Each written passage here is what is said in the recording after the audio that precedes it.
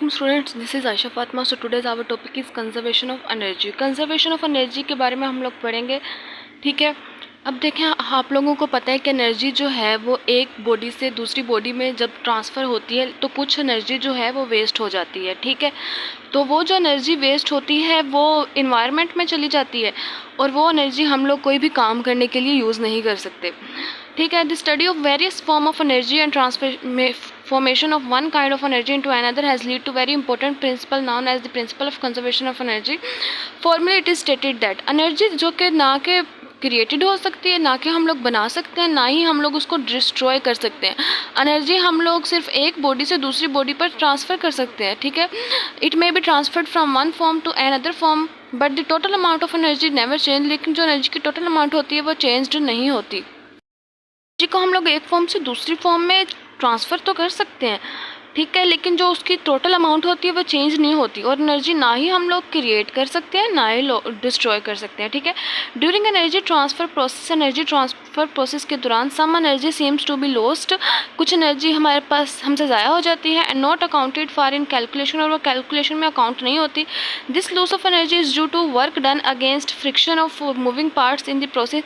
Moving process में जो moving parts होते हैं उनके दरमियान जो फ्रिक्शन होती है उसकी वजह से जो है उसके अगेंस्ट वर्क डन करने की वजह से जो एनर्जी है वो लूज हो जाती है। ठीक है, this energy appear as heat as and is dissipated in the environment. ये एनर्जी है जो है वो हीट की फॉर्म में नज़र आती है और वो इन्वायरमेंट में फैल जाती है। ठीक है, this energy does not remain available for doing some useful work. ये एनर्जी हमें कुछ यूज़फुल काम करने के लिए इस्तेमाल नहीं करनी पड़ती या इस्तेमाल नहीं कर सकते इसको, and may be called waste energy, जो हमारे पास वेस्ट एनर्जी कहलाती है। The process of conservation and conversion process of energy conversion and conservation can be described with given example. ये हमारे पास फिगर 5.112 पे हम लोग जो है वो हमारे पास एक एग्जांपल दी गई है। हम लोग इससे एनर्जी कन्वर्जन और कंजर्वेशन जो है डिस्क्राइब कर सकते हैं। अब देखिए, ये हमारे पास एक ऑब्जेक्ट है, ये यहाँ पे रेस्ट में है और उसके ग्राउंड से जो उसकी हाइट है वो h है। ठीक है, तो वो एक ऑब्जेक्ट है, वो इस पोजीशन पे है, तो इसका मतलब ये है कि उसकी जो टोटल पोटेंशियल एनर्जी है वो mg के h के इक्वल है।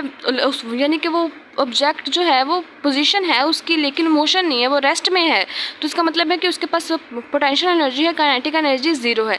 ठीक है, तो जब आप लोगों को पता है कि अब ऐसी एनर्जी जो कि ऑब्जेक्ट पोसेस करता है ड्यू टू इट्स पोजीशन वो होती है potential energy, and due to its motion is called kinetic energy. तो ऑब्जेक्ट अपनी पोजीशन पे है, रेस्ट में है और वो मोशन नहीं कर रहा, तो वो पोटेंशियल एनर्जी रखता है और उसकी काइनेटिक एनर्जी ज़ीरो है।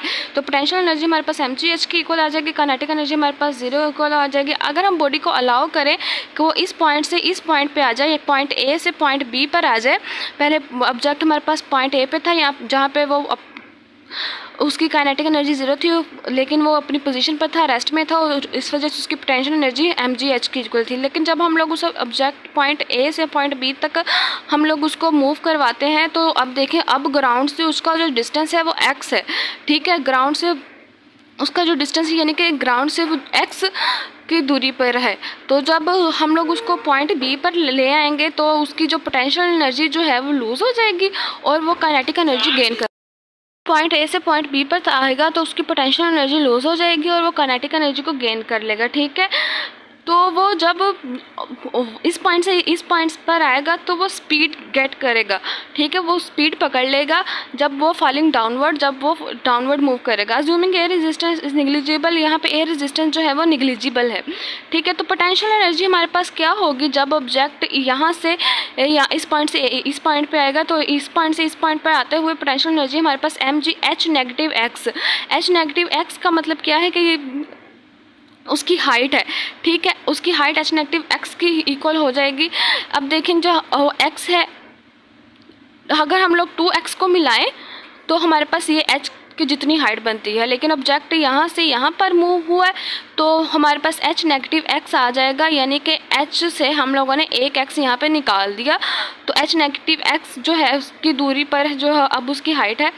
The loss of potential energy will appear as again kinetic energy जैसे पोटेंशियल एनर्जी का जो लॉस है वो काइनेटिक एनर्जी की फॉर्म में अपेयर होगा, हिंस द पॉइंट बी। तो जो काइनेटिक एनर्जी हमारे पास पॉइंट बी पर होगी वो mgx की इक्वल होगी, क्योंकि ऑब्जेक्ट ने यहाँ से इस पॉइंट पर आने के लिए मूव किया, ऑब्जेक्ट मोशन में आया है, तो उसकी काइनेटिक एनर्जी हमारे पास mgx की इक्वल होगी। तो जो हमारे पास टोटल एनर्जी फिर क्या होगी, टोटल एनर्जी जो है पॉइंट बी पे टोटल एनर्जी जो है हमारे पास काइनेटिक एनर्जी और पोटेंशियल एनर्जी, काइनेटिक एनर्जी हमारे पोटेंशियल एनर्जी हमारे पास इस पॉइंट पे क्या है mg into h negative x, और काइनेटिक एनर्जी हमारे पास क्या है mgx। ठीक है, तो ये नेगेटिव एक्स है, ये पॉजिटिव एक्स है, ये कट जाएंगे आपस में, तो हमारे पास टोटल एनर्जी mgh इक्वल के इक्वल होगी। तो जब just before hitting the ground, जब ऑब्जेक्ट जो है वो बस ग्राउंड को हिट करने से थोड़ा दूर होगा पॉइंट सी पे, तो उसकी होल ऑफ पोटेंशियल एनर्जी होगी वो उसकी सारी की सारी पोटेंशियल एनर्जी जो होगी वो काइनेटिक एनर्जी में चेंज हो जाएगी, और पोटेंशियल काइनेटिक एनर्जी फिर हमारे पास mgh की इक्वल होगी और पोटेंशियल एनर्जी हमारे पास 0 होगी। Thus total energy remains the same as mgh। Total energy हमारे पास सेम रहेगी और hitting the ground this energy dissipated. जब वो ऑब्जेक्ट जो है ग्राउंड को हिट करेगा तो उसकी जो एनर्जी होगी वो डेसिपेट हो जाएगी, या तो हीट की फॉर्म में या तो साउंड की फॉर्म में इन दी इन्वायरमेंट माहौल में। स्टूडेंट्स, ये हमारे पास सिंपल सा टॉपिक था कि एक ऑब्जेक्ट है पॉइंट ए पे है, वो रेस्ट में, उसकी पोटेंशियल एनर्जी वहाँ पे है लेकिन काइनेटिक एनर्जी 0 पे है।